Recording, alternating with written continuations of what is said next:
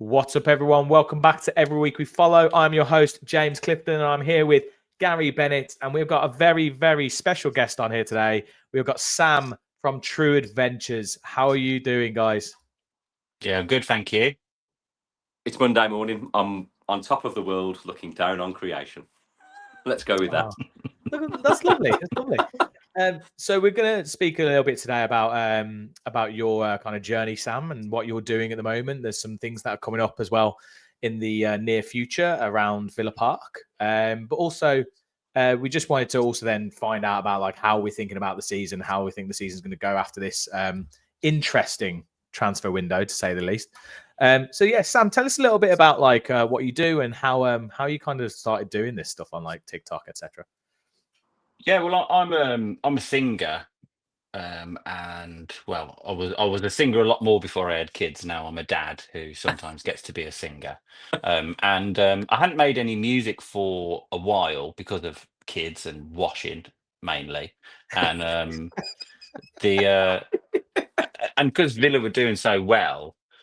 I was like everyone feeling inspired because obviously it's been a pretty miserable experience for a long time, and also I was watching other teams and they had Hibs have Sunshine on Leaf. One of my favourite ever videos is Hibs win the League Cup at Hampden and they all sing Sunshine on Leaf. In fact, John McGinn is in the Hibs team. Anyway, never fails to make me cry. Basically, I just love it. It's one of my favourite ever videos. And I was like, if Villa won a trophy, which I was feeling like under Unai Emery, we might. What would we sing in that situation? You know, what would be our Sunshine on Leith moment? And I was like, well, we don't really have that song. Remember we had Don't Look Back in Anger for a bit, that kind of caught on, but and we've had other songs, but they're not our songs. They're songs that other teams have had, like Don't Look Back in Anger. That's Manchester. It's not Birmingham, you know. And we've got Crazy Train, and that's really good, but that's a walkout song. That is not it's not like we've won a trophy, Crazy Train. Do you know what I mean? Yeah. So I was like, okay, well, I haven't made any music for a while. It's great to work to a brief sometimes. So I was like, right, well, I'm going to write a Villa song. And I was like, it needs to be short. It needs to be a verse and a chorus, because everyone needs to be able to learn it quite easily. They need to be able to remember it when they've had a couple of beers. And so what I did was I just wrote everything. It must have been like this long, everything that I thought about Villa, felt about Villa, remembered, everything I could associate with us. And then I just did a job of boiling it down as much as I could. So the verse is quite like, they're just kind of a lot of kind of stock Villa phrases that people kind of come back to. And then the chorus is based on the commentary of Villa's goal in the 1982 European Cup final. So it's Mortimer, Williams, Shaw, Morley, Peter With. It's the pattern of the pass to the goal, and the commentary. Oh, it must be. So that's what I did, and then I made it. And my friend's a music producer. He produces for like quite famous people. So I said, "Can you help me record this song?" So I went to see him, and he helped me record it. And I told him what I wanted it to sound like and feel like. It was like, oh, it needs to be a bit like Oasis, or a bit like Arcade Fire, or a bit like like Elbow, like like, and something from the end of a festival. That was the sound that I wanted. So anyway, he did a really good job, and he got it sounding really good. And then I just sat on it for a bit, and in a complete coincidence, I got emailed to say, "Do you want to play the fan zone at Villa Park?" And I was like, "Yeah, amazing!" Like totally out of the blue. And then and so we played the fan zone, and I did a little like vlog video about it, and I put the song in the background. And loads of people started messaging me going, "What's this song? What's this song?" Da, da, da, da, da. And so I posted the song on Twitter. It was around the Conference League time, when we were kind of near to the Conference League quarterfinal, semi-final. And it like blew up on Twitter, and it had got like 100 some thousand views, and I got messages from all kinds of people, and it was really good. And Chris Heck. Yeah, it's Chris Heck. I've deleted him from my brain. Chris Heck. Most of us have, but yeah. He retweeted it, and anyway, it went viral basically, which is amazing. And before the Olympiacos game, they played it during the warm up. And anyway, I was like I can retire now from Yeah. life. You know, I've Feet made up. it. That's it. Yeah. My song got played at Villa Park. I don't. It wasn't before kickoff.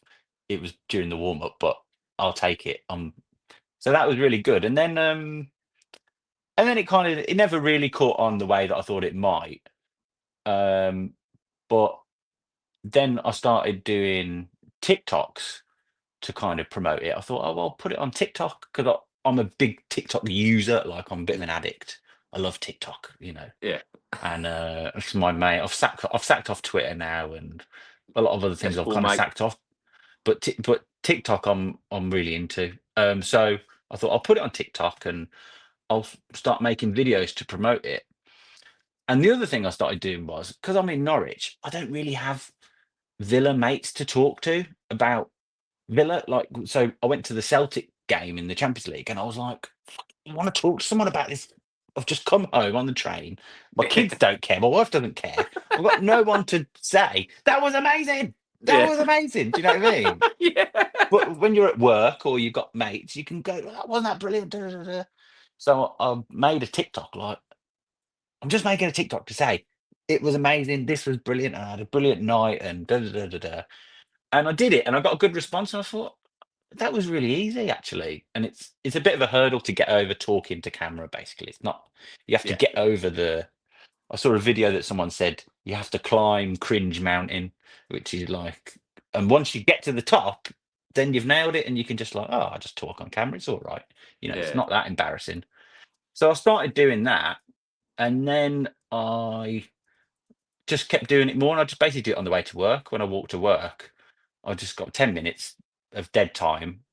And so I just started doing it then. And then I did one about Paul McGrath, which was about Paul McGrath's performance in the 1994 World Cup, which is one of my go-to. Sam's had some beer and is starting to go on about Paul McGrath again. It's basically what I do. Like, have you heard about?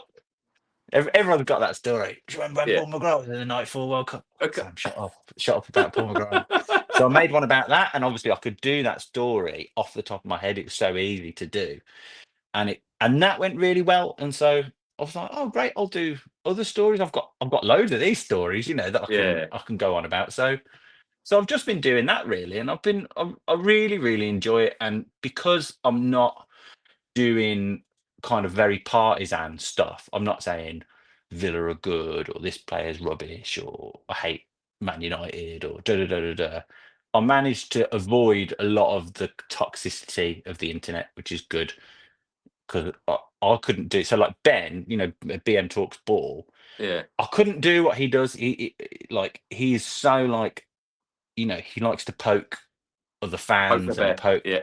He pokes the bear, and the amount I see his comment section. I would be in therapy if I had his comment section. Do you know what I mean? I'm so soft. I'm just like it would kill me. He Yeah. must be hard as nails, man. But so my comment sections are really nice, and people just going, "Yeah, man, that was great." And did you know about this? And so I really enjoy the comment section, and that was the scariest thing. I thought, oh, if I post this, people are gonna be like, Villa, you know. Yeah. The So worst I it's get is cesspool, isn't it? a SOTV Yeah. from Blues fans. All I'll But say, that's the most, and like, that's nothing really. I don't Yeah. care all about I'll say that. is don't anger Celtic fans. We managed to anger Did you? some Yeah, yeah. Celtic fans Well, by I Gary. may have said they were a League One side at best, and on the pod, and it didn't go down well with the Scottish folk. It We took some angered a kind of nation. We angered a Yeah. nation. Like literally, it was International quite, incident. Yeah. Yeah. it was quite. I did. I upgraded them to a championship club in the end, but I couldn't go higher than that. I just, I did say actually once on one of my first videos. I said because I mentioned Celtic and I was saying they were really. I think I said they were really good fans and Yes. I didn't understand the hate. And but I said, oh, but actually, the Hibs fans were a bit better. I thought, you know, Hibs came. Yeah, I yeah. thought they were a bit better. I agree. I wasn't like making some. I thought they were a bit better actually. They were. I was impressed with Hibs, like you know. And I got like a whoa. What are you saying? I was like, no, I wasn't like. I wouldn't have said it if I thought I was going to get in trouble. Like I was just saying Yeah, they were good. yeah, Angry I man. wasn't saying you gotta watch Celtic were rubbish, you know. You Anyway, I can't was be doing like, Well, Sam, Reminder, don't. You have a fan in me anyway, because I've watched all your stuff on TikTok and I love the stories, mate. They literally bring back, and I guess people, while they watch your stuff, is it brings back those memories and you remember those stories yourself, probably in slightly different detail or whatever. But yeah, you've got a great way of storytelling, and that probably comes from your ability to write music. So it feels like it's a kind of you're telling a decent story. So just keep up the good work. I'm a fangirl Thanks, right here. yeah, appreciate it. I have to get you some. I need to get. I might get a picture of you, mate, and just put it in the old collection shrine. behind me. Pop it on the shrine. In the shrine. I've made the shrine. You've made the shrine of every week we follow, mate. Forget being played at Villa Park. Forget doing the fan zone. I need that. You've made it to the every week we follow. Gaz Bennett kind of. I'm on the shrine. Are you on the shrine? Look, even Jacob Ramsey's there. Look, I've kept him there. So you know. But the one that I saw recently, obviously, was the Harvey Elliott one. So I quite enjoyed it, actually. I was because I think I saw someone write the lyrics somewhere, and I was kind of sitting there, and I was like trying to match up what it was. I was like, "What tune's this?" Because they just posted it without context. They just said these should be the lyrics. And I was like, yeah. I couldn't work out what the track was. But then I saw your TikTok, as Gary sent to me. I was like, "This is great!" Like it literally stuck in my head. And I was just like, I could see this being chanted. It'd be brilliant. But the problem is that Villa Park isn't the greatest at like maybe following the right tune. You know, like even the Diaby chant. I was like, oh, you got that wrong. Like that's off. Like I think it's the end of it. It's like we're going to Athens. Whereas actually no, it's we're going to Athens. It's higher. But anyway. Do you know, I never even knew the end of that song. I used to just go DRB running down the ring, and I'd just trail off because I never knew what it was. I think it's running down the ring to Athens. Yeah. It was running down the wing. Make the Villa sing. We're all going to Athens. Oh, no, I didn't know because it was the Conference League. But also, do you know what, Villa? Everybody sings too fast at Villa. I don't know why. And I wish I knew. Why is everyone singing so fast? Do you think it's a Brummy thing, or do you think it's like a? I think everyone's chasing, it's like lay. It's like and it's like you don't need to rush. It's true though, isn't it? They get why are you rushing to get to the end of the song? The one that gets me is obviously. Yeah, it should be. And it's like, no, that's not the song, man. You just slow down. I think it might be a Brummy thing, you know. I think we tend to talk very quickly. We might be actually. Yeah, we need an outsider to say, yeah, you do. Like, leave a comment. But that is a misconception. So when I speak, obviously, I don't live in Birmingham, so I speak to a lot of people outside Birmingham, and I get a lot of, "Oh, are you from Birmingham?" or detect an accent kind of thing. My accent's not very strong, but they go, "Oh yeah, Birmingham." No, and I'm like, no, people from Birmingham don't talk like that. People from Birmingham talk in a very quick way like this. Yeah, it's a misconception of the way we talk. If you like my wife, you know, I hang out with all my friends from Birmingham, and she's the one non-Brummy there, and she's like this. Because we're just like, no, what are you doing, man? Do you know what I mean? Because it's very like high octane, really. You know, it just doesn't sound it sometimes. I've always said, Villa faithful, we need to just slow it down and get out and just enjoy the songs. Come on, let's get an atmosphere going rather than trying to get through them as quickly as possible and then sit there in silence for 70 minutes. I think if we slowed down how we talk, mate, we'd sound incredibly dumb. Like we would sound stupid, wouldn't we? Sorry, stupid. But but it's also I also said it before that like Brummies can just talk in tone. You just go, you know what? Yeah, it's true. That is very true. Yeah, he's literally just that. You're just expressing how you feel. Yeah, without word. Yeah, maybe we're just all neuro spicy, and that's just we've just got that one tone. You know what I mean? Maybe we all sit on this wonderful spectrum of kind of neurodiversity. Pollution. You know? I think it's pollution as the one that really gets me at Villa Park is because the announcer, I forgot the guy's name now. He always does the yippee-yay. He always does that right at the start of the games now, which personally I'm like, come on, man, you don't need to do that. And he does that. And then it makes you just realize how completely off the song that chant is.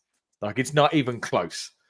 Because No, I remember the first time I ever heard it, I was like, what's it? Is it Holte End is in the sky? Yippee! And then when I heard that it was to do with that song, I was literally like, there's nothing like it. It is It's not even that close. song. Yeah, No. yeah. We learnt it to play at the when we played the fan zone, because I was like, I can't play. My music that I make is quite like, it's quite downbeat. So I was like, I can't play my songs at the fan zone. So me and my friends, we whipped together like a set, and that was one of the songs, Ghost Riders in the Sky. And Yeah. I was like, and that was exactly the same. I was like, this is nowhere near. It's nowhere near. How did we end up at that? I don't know. It's like, yeah, it's like, do you think it comes from like people? Someone started singing it, and then everyone got drunk, and then it went extra brummy, and do you know what I mean? 'Cause it's like Yeah. yippee yippee Are yo, you? Autumn's in the sky. Yippee! And it's like they just started it off again. It's like, no. Holte End is in the sky. Yeah, it's not. Yippee! It should be like this. Like again, it's the quick thing, isn't it? It's like we just rushed to start it again. Like yippee! I don't know, but the back to the Harvey Elliott song. We're very low on songs at the moment. We've lost mate. 3 or 4 songs through transfers, Mhm. and so anyway, I think it's the away fans really. The away fans are the ones that start it. I'm in the 1897 chat. There's like the group chat for 1897. Oh, yeah. And they do a lot of like talk, because a lot of them are like hardcore home and away. They go to every away game, and I think there's a guy called Tyler that does a lot of starting songs. But it's hard, and it's very difficult to work out which ones are going to catch on and which ones aren't going to catch on. But no, I started doing those. I want to do more of those videos actually, because it's another cringe thing. I was like, no, it doesn't have to be cringe. It's not important. It's just a bloody football song. Let's just have a crack. What about this one? What about that one? There's some people that do it online. Oh my gosh, I see some people. There's a guy for Liverpool that does it, and I can't work out whether he's taking the mick or not. Yeah. Do you know? Have you seen him? I think that's the problem with some. No, but I think that's the No. problem with some of these things is people don't know whether it's like legit. Legit or not. Oh, Yeah, really? exactly. I have Or whether to, it's if just I like, do oh, it, it's I can't do it seriously. I never ever would do a serious video. I'm like, right, this is the song to do. Yeah, Because it's You're for fun. doing it It is now. for fun, you know. Yeah, yeah. I've crafted the song, you know. Song. But I So, think you're right, because you were saying on there, you were like, so there's so many of them are just repurposed, right? And they are. They're all just so repurposed. Like Holte End is in the Sky is unique. Like I haven't heard that anywhere else. And then even like you oh shit now they're gone. Well, there's some songs that are unique, longer ones as well. yeah. But you're right, they just repurpose them. It's like the amount of times it's just like, what is it? Is it Marlon? I'm like, what the come What is on. that? What is that? You can do better than that, surely. Like We've turned into Leeds fans. Leeds. Yeah. Even Douglas Luiz was Douglas Luiz. I'm like, come on, you can do better. There's when I had a season ticket until I left Birmingham till about 2003, I think. So like John Gregory and Graham Taylor's second coming. That was when I had my season ticket. And back then, everybody got There's Only One. There's only one Gareth Barry. There's only one Ian Taylor. There's only one Paul Merson. And I was like, Jesus, wept. Like, it was terrible. How do we come on, right? How do we John Carew one? The John Carew one's the one, isn't it? John Carew for me was like. But we've had like 3 songs that have stuck over. I've been a Villa fan for 40 years now, right? And it's either There's Only One or there's the couple that have stood out. John Carew maybe, and now we've got this repeated. And you mentioned in your TikTok, Sam, about the number 9, which we obviously went from Rashford to and from Duran to Rashford, and you're kind of going. Oh, I can't sing it again. I can't sing it again. So the Harvey Elliott song for me, we've got to get it all over the internet, mate. But also, there's so many players in this team that we don't have a chat like, and they've been around for like Conser. Do we have a song? Conser's the one.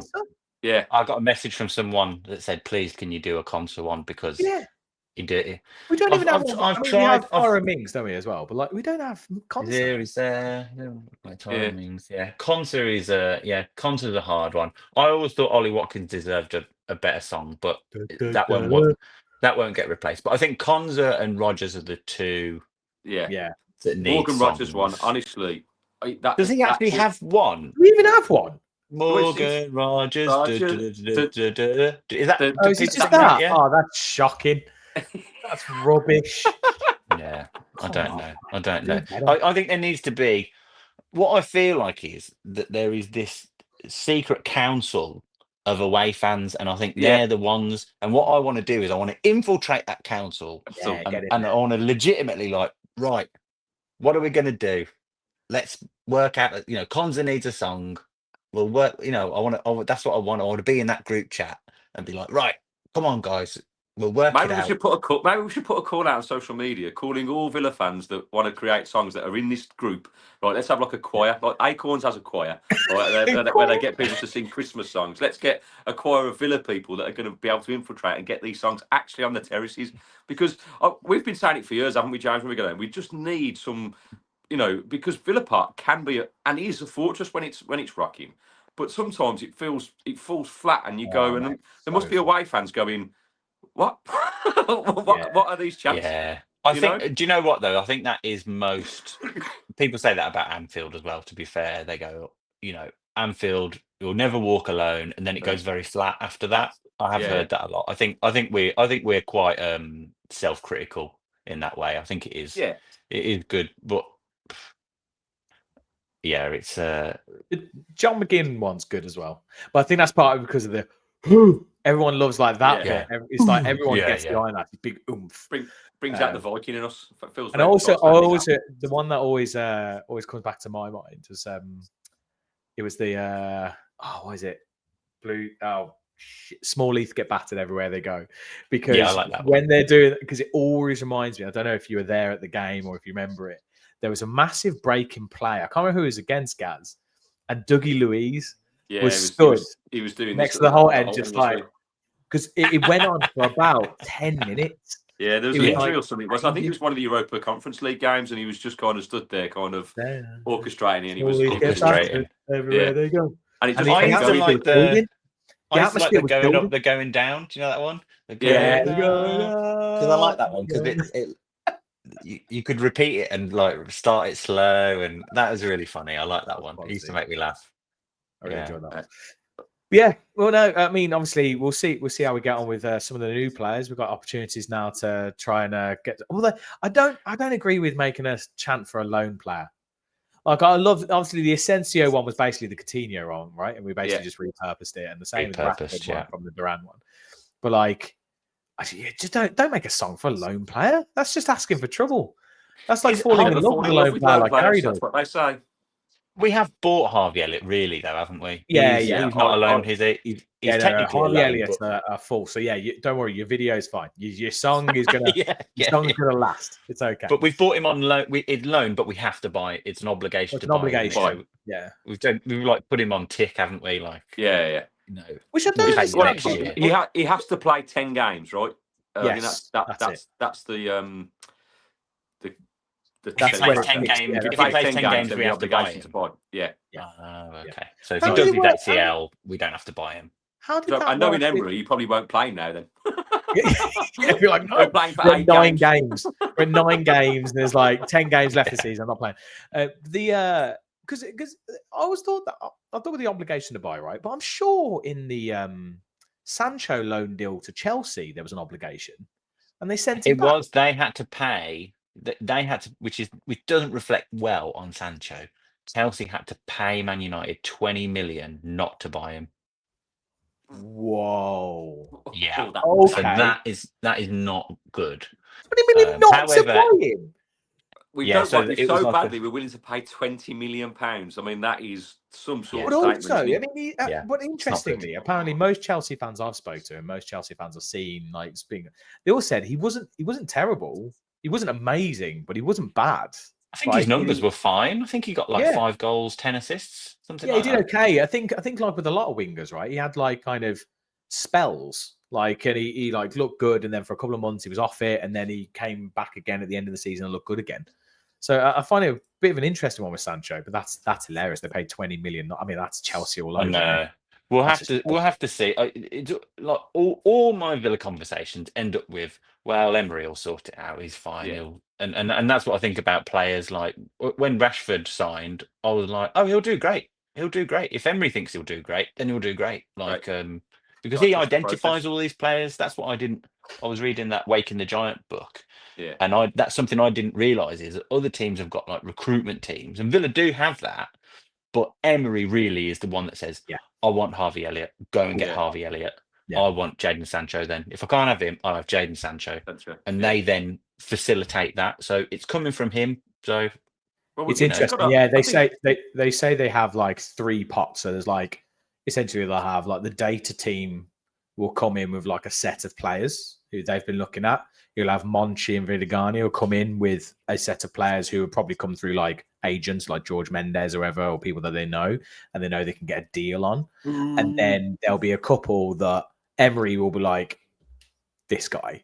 And it's like, and I've never, when I was reading about it, I was literally like, what? Literally, this is like the 90s, old school 90s, 80s kind of management where I'm like, I want that player.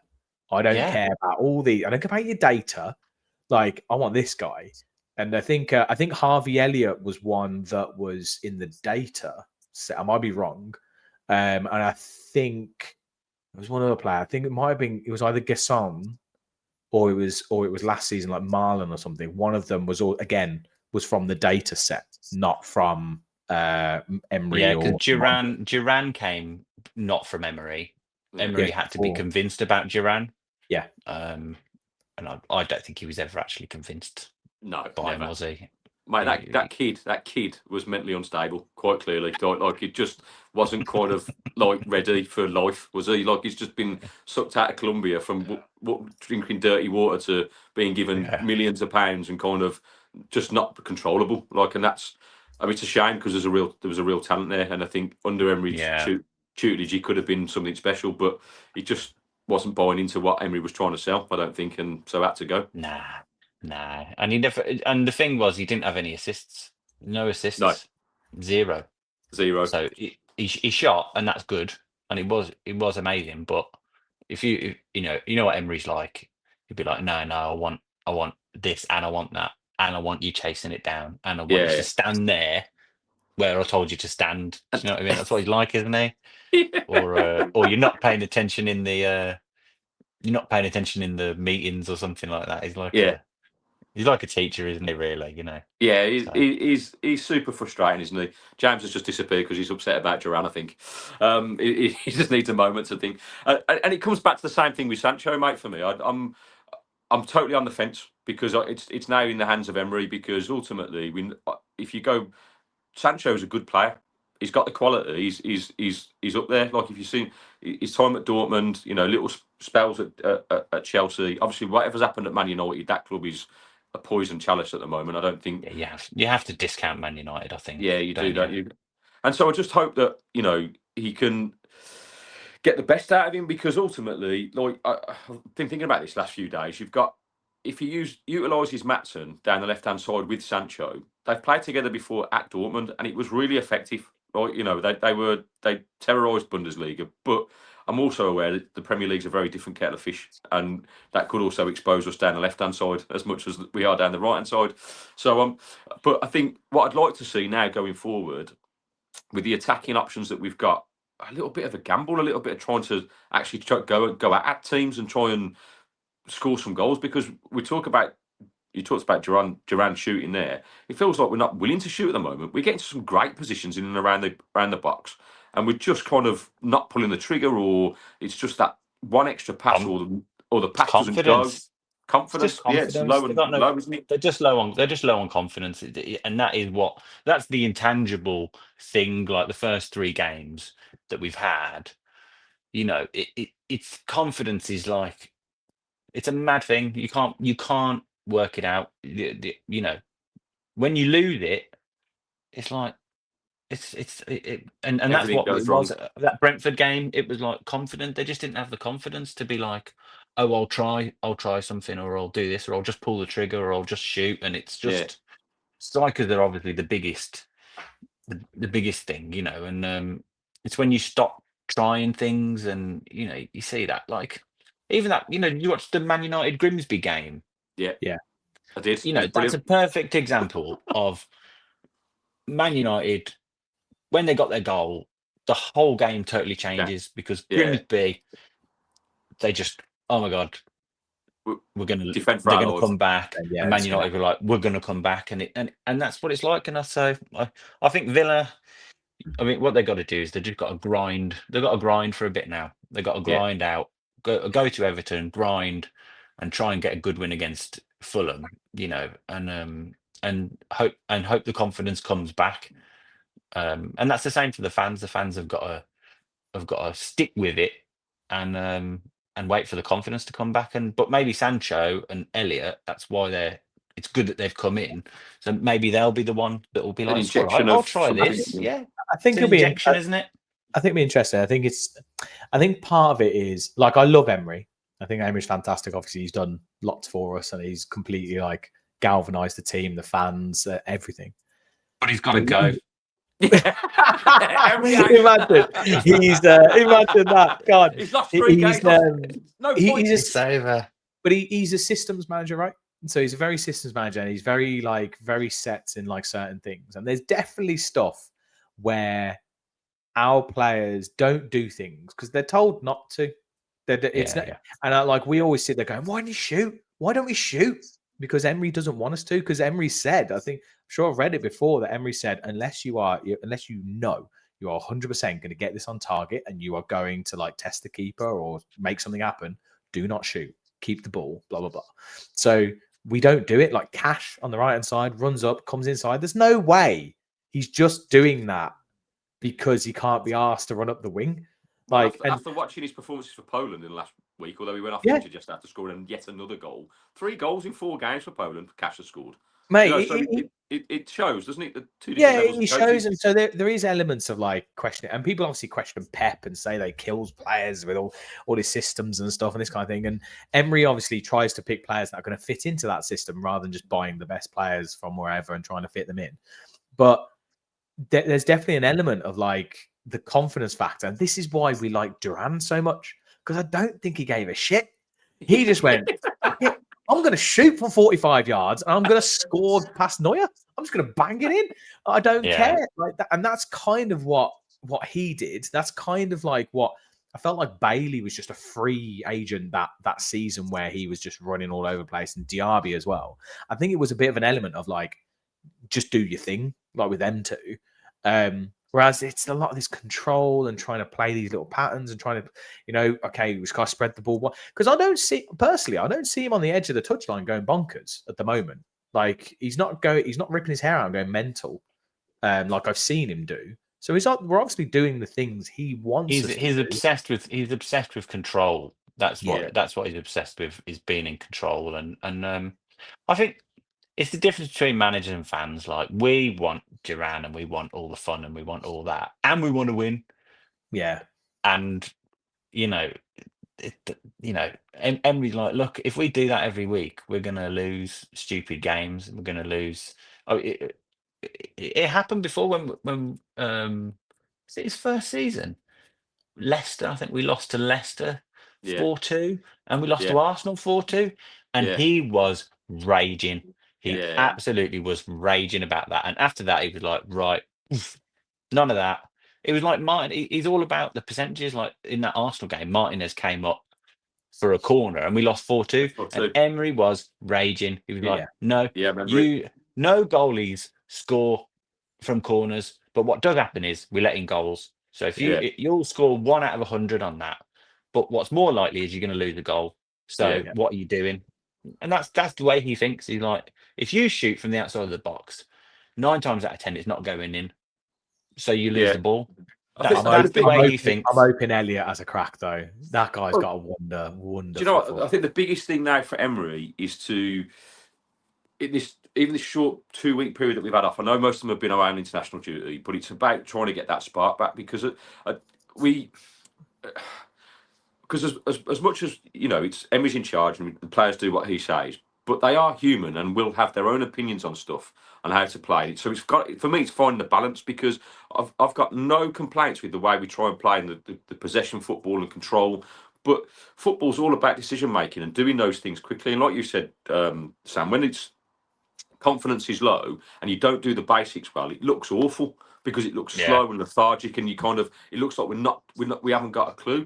Now I went to the pre-season friendly against Roma at Warsaw, and that first half against them, honestly, I was really excited because we pinged the ball around like we were prime Barcelona. It was great, brilliant. It was absolutely fantastic for the first 45 minutes. And Watkins looked sharp. He was he picked the ball up deep and was running at players. His movement off the ball was superb. Ramsey was trying to pick him out. Buendia was trying to pick him out. Little balls through the chat. I was like, Jesus, we're gonna, and we were 3-0 up at half time. I was like, oh my God, Roma were probably missing players and kind of nowhere near like the level that they probably should be. But you can only beat what's put in front of you. So I was genuinely excited going into the season. I thought if we play like that, that's brilliant. But then it comes down to whatever's happened in this transfer window with the JJ saga and Martinez thing. Honestly, none of us know what the details are. We never will, right? But it clearly has caused a little bit of upset in the dressing room. So now it's about, has Emery got the capability of bringing back that spark? Because like you said, when the confidence is low, it doesn't matter what players you've got in there unless there's something between them. So this is going to have a couple of days before Everton to get them all down together and go, right, this is what it's about now. We've drawn a line in the sand. Martinez is here till January, hopefully for the season, right? We've got to back him, right? And as long as he performs, fine, right? It's down to now Sancho and Elliott. Elliott probably more so to kind of, I think he has the potential to bring a little bit of energy and inject something into the squad. But even, I'm still dubious because even Konza came out before on international duty on the BBC and said, it's basically affected us. This transfer window's been terrible, and I think it goes down to that JJ exit. Nobody wanted it, and it's definitely caused the rift. And if Martinez has caused that, and the players are going like, "Fuck you, Martinez, we want you out," and it doesn't work, then Emery's got to either drag them over the coals and get them to do it, but you run the risk of those players just down in tools, because that's what it's felt like those first 3 games for me. Like they're just going, we're not playing. It's not this Villa I'm used to seeing over the last 12, 18 months. Even when we've been down, we still kind of try and do the right things, and there's something there, but we've just looked void of any energy, and it looks like the chemistry's just dropped out the team. Rodgers looks like he's disinterested, and that's the big one for me, because he seems to have ridden the wave of being in and playing every game. And I don't know if players are pissed off about that. If I was Marlon sitting on the bench going, I'm fit, I'm ready to play, you sign me, you leave me out of a Champions League squad, and then you don't pick me for games that I can be playing in, and you've got players that look absolutely exhausted out there. And every time he has played, he's looked like he's got. So, I'm just worried that there's a little bit of discourse in that dressing room that needs to be quashed now and move forward to this Everton game. I think the signings you'd like to think would bring a bit of that kind of like energy and impetus. Like Elliott is a young chap. It's probably a good character. You've got Sancho. Yes, obviously he's had his problems, but he knows Maatsen and he knows Marlon as well from their Dortmund days. And then you've got people like Anana and stuff in the dressing room who are surely again trying to lift spirits and stuff. We just need a goal. Or even just a meaningful shot on target would be nice, wouldn't it? Like, God, these 3 games were terrible. So bad. And all the fans feel it as well. And it was the same against Palace, where we started the first 15 minutes, I think, or 15, 20 minutes, and we had the ball, a lot. And we were kind of sitting there, we're like, okay, right, we feel like we've got a little bit more tempo here in these first 10 minutes or so. And then we give away the penalty. And then the fans just dropped. Everything just went so quiet. Very, very quiet, wasn't it? And it was drab. And unfortunately, that's what happens. That's what happens with confidence. It was like the Gay goal. That was just a killer. Oh, it was a killer. Because you forget that we were actually playing very well. Yeah, we were playing all right. What was it, first 15 minutes of the second half? But Buendia's introduction was very good. and not just because of him. I thought he did play very well, and I'm a big Buendia fanboy, but also it helped the system because those two wingers, Palace were just cutting them off, Yeah. and so Buendia dropping in there, suddenly he was able to. Well, it helped that Adam dictate a Wharton lot went of off. Wharton, Because yeah, the moment Wharton Adam Wharton went off, That does we help, got that because he's we really got that good. access.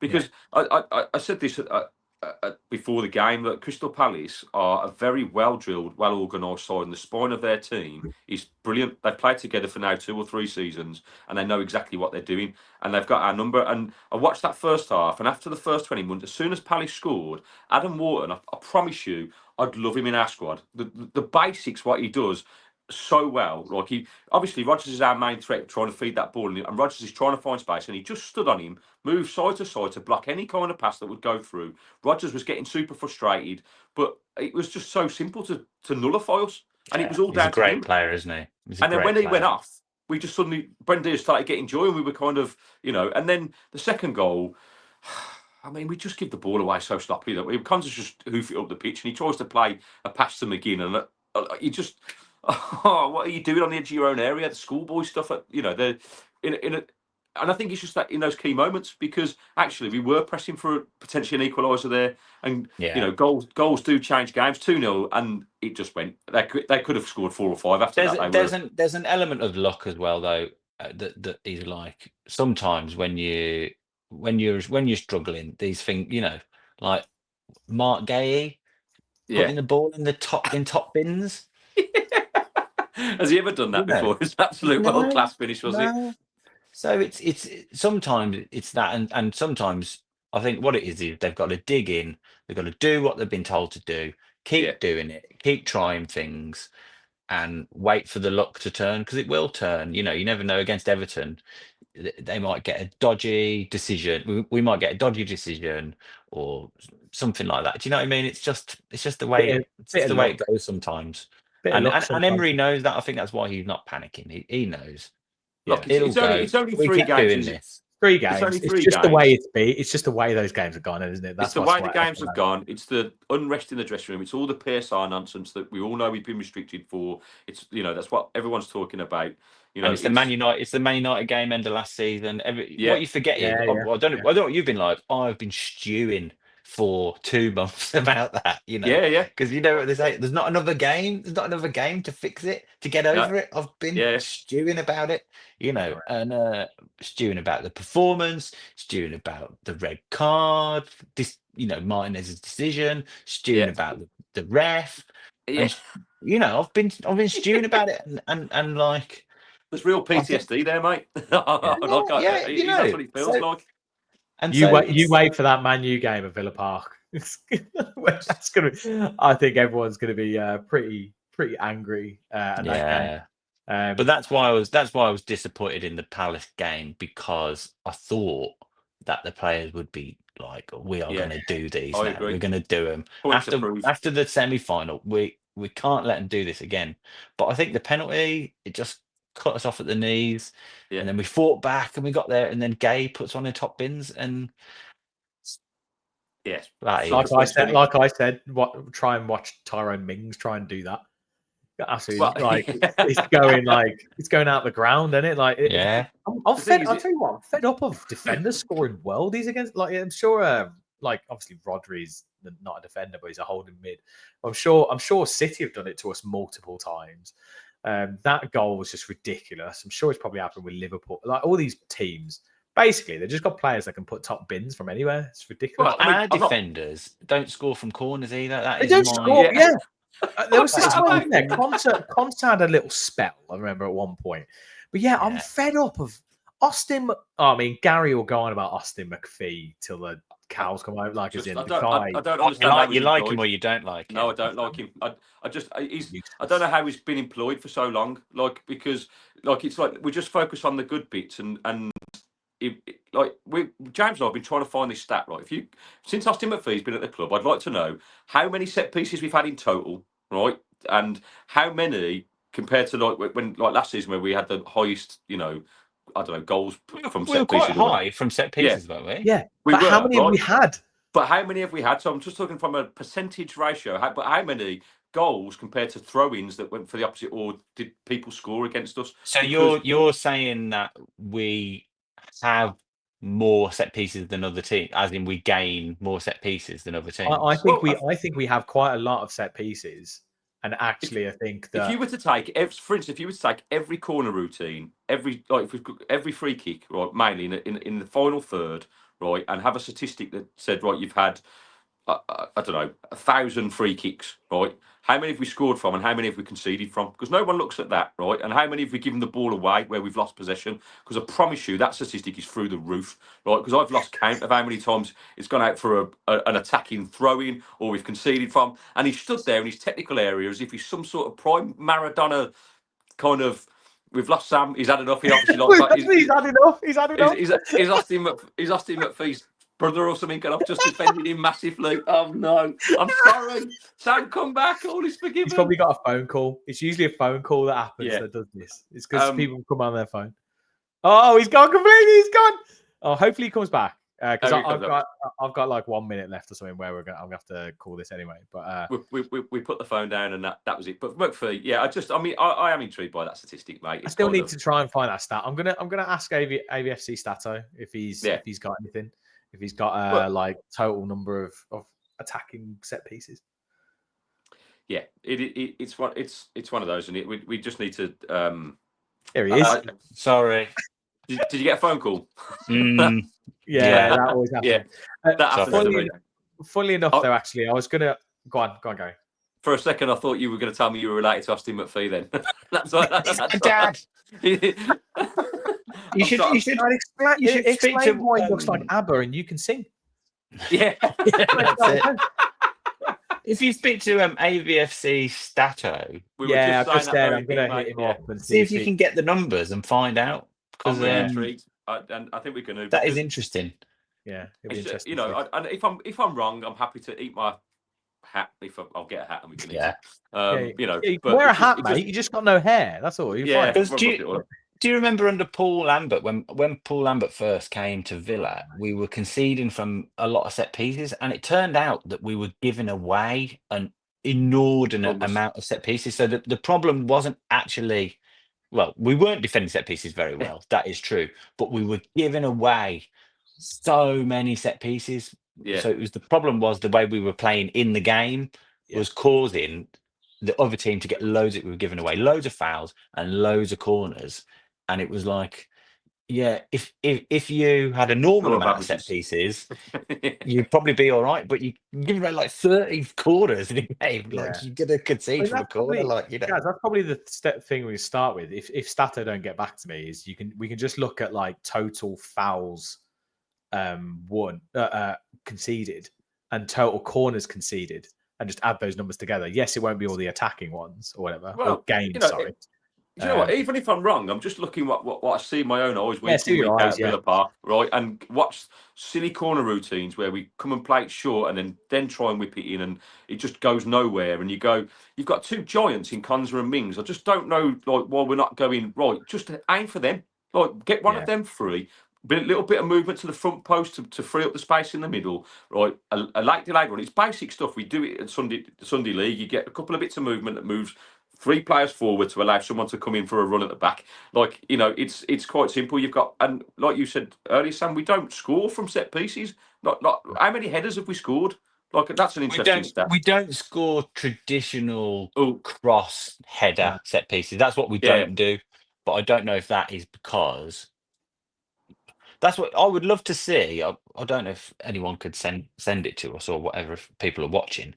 I'd love to see like a proper session with a set piece coach about corners, because what I don't know is whether we might be talking out of our asses. Like, absolutely. Because they might say, more than likely they might say same thing. Like, no.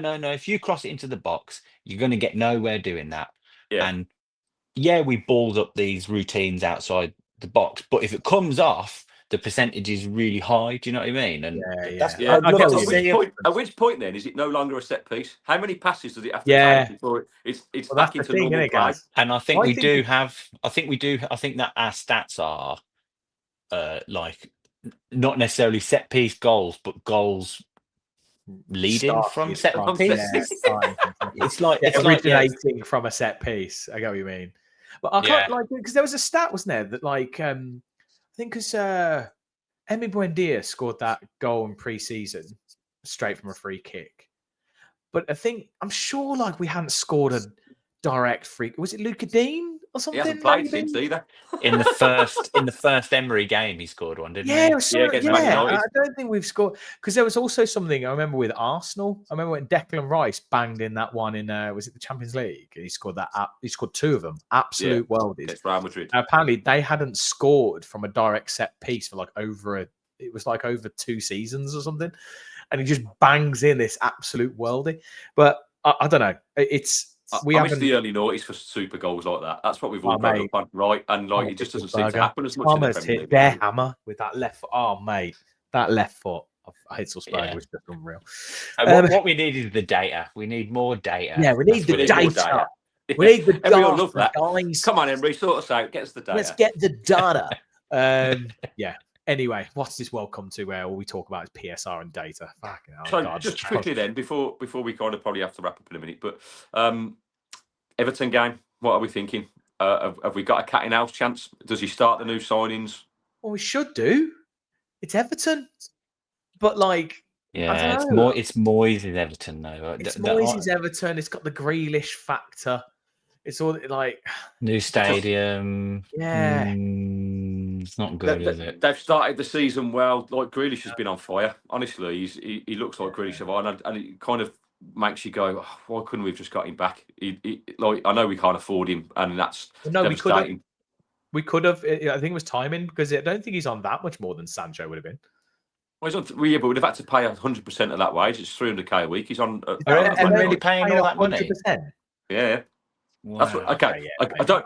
Again, that's just what I've read on numerous sources. That's not my.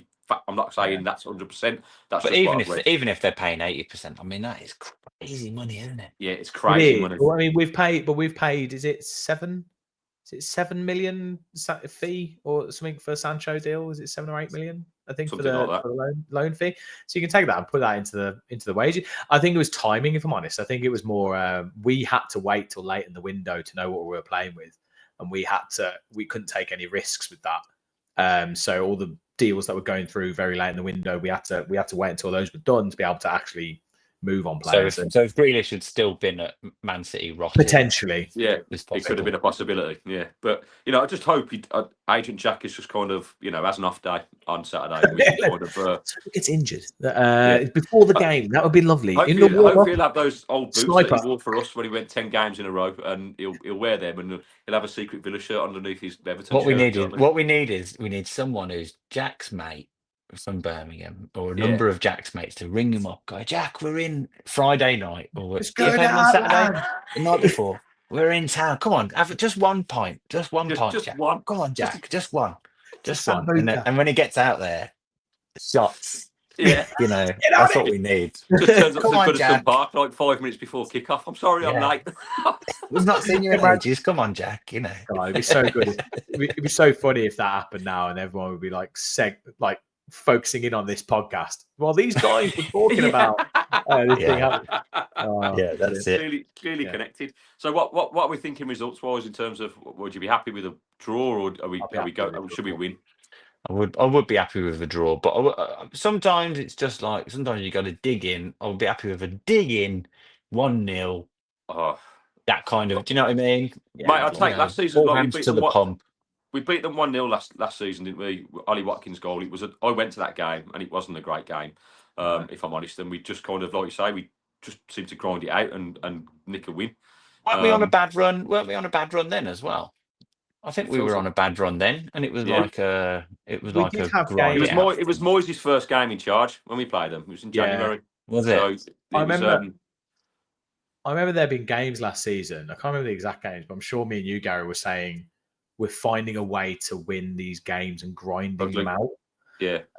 Obviously, we had the games where it was really frustrating, like Forest and Bournemouth and all that lot. But we were managing to win and not playing great. And we need to start we need to start playing better. But we we ideally need to try and start getting results in these games because I think it is going to be a slow burn season. It's going to take us a little while to get going. Well, these Personally, two next fixtures are tough, aren't they? I'd take 4 points from these next two. I think if we can get a draw against Everton and beat Sunderland, that for me would be huge. I mean, it's ridiculous. I mean, Sam was saying on the last, he was like, the fact that we're saying Sunderland isn't an easy game, like away from home, is ridiculous. Yeah, they've been good, haven't they? Yeah. Is that the next two games then? Everton away, Sunderland away, and then Fulham. And then Fulham at home, yeah. So it's going to be like you don't want to get to that Fulham game with no points on the board. I think it's just 5 games in. People are going to the crowd will be horrible. Like it'll be Emmy's first game back at Villa Park. It was probably going to be a mixed reception because there's bound to be a section of our support that are going to give him grief. And need to write a song for that, Sam. Need to write a song for Emmy Martinez. That's I'm going to the Fulham game. That's going to be my first game of the season. So I want to. I've not seen Villa lose for apart from at Wembley. I haven't seen Villa lose at Villa Park for a couple of years now. So, Bournemouth, we beat Bournemouth in Emery's first season. I was at that game, like 3-0. We beat them, and we've not lost since then that I've seen. So I don't go every week, but I want to keep my own record. Keep your own record. Yeah, let's hope, mate, that you are. The other record's gone, but my record, your record is here. continues. The only one that matters. Brilliant. Well, I think that's probably all we've got time for. But thank you so much, Sam, for joining us. It was a really, really interesting chat. And we'll have to keep up to date with everything you're doing. Quickly, you were saying you're doing something at the Witton Arms, I think, Gary, you were saying? Yes. Oh, yeah. Guillaume Balaguet is releasing a book called Rise of the Villains. And Guillaume Balaguet, I think he's quite pally with Unai Emery. So I think it should have some decent insight into what Emery does and how he does it. So, and he's doing a launch event at the Witton Arms on Wednesday, the 15th of October. I think tickets are about £8, something like that. But there's a comedian and apparently lots of other stuff, and he's going to be talking about the book and stuff like that. And I'm going to come play some songs. So I'm going to play. I think I'm going to probably just play like 3 or 4 songs, something like that. Just to end the night on like a, be nice, on a nice bit. But I'll mainly be down there. We'll have a drink and stuff like that, and hang out. It'd be nice. Yeah, it should be good. Brilliant, awesome. Well, thanks again so much for coming on, Gary. I think we'll be back on Thursday probably for the preview. Everton review. Yeah, we've got a potential Everton fan coming on as well, mate, called Joe. I've messaged him and he's up for coming on and giving us his verdicts about Grealish and co. And I'm sure they'll be hyper about beating us, So. Gone are the days of just me and you just chatting shit, mate, on this channel. It's now we can't get a minute alone together. Well, it's all just it's nice to talk, isn't it, and bringing other people's opinions because people probably don't listen to ours very much. So it's nice to get someone else's opinion, boost those views. Sam, honestly, it's been a pleasure chatting to you, mate. I've really enjoyed all your social media stuff. Keep up the good work. The songs are brilliant. It'll be great to do some more stuff with you in the future. Maybe have you back on and kind of if you've got loved it, man. Coming out, we'd be happy to promote it and kind of whatnot. So, and I don't. The 15th of October, if I can, I might come to that event. It's all I've got to. Probably might have to move some stuff around, but speak to my wonderful wife because it's a Wednesday night and my daughter usually football trains on a Wednesday, so that's difficult for me. So it might be a case of, can you just take over football training and I'll just go on, have a couple of beers and listen to some Villa stuff. Oh, you don't do enough Villa stuff, do you? Is that right? I just need to carve out a bit more time for Villa. Yeah, a bit more time for Villa. More needed. Yeah. Brilliant. Well, as always, Gaz, sing us out, mate. Yes, I'm sorry for this, Sam, because I can't sing, but it's just the way I like to sign off on the show. It's every week we follow the boys in Claret and Blue. See Peace ya. and love, people. Take it easy.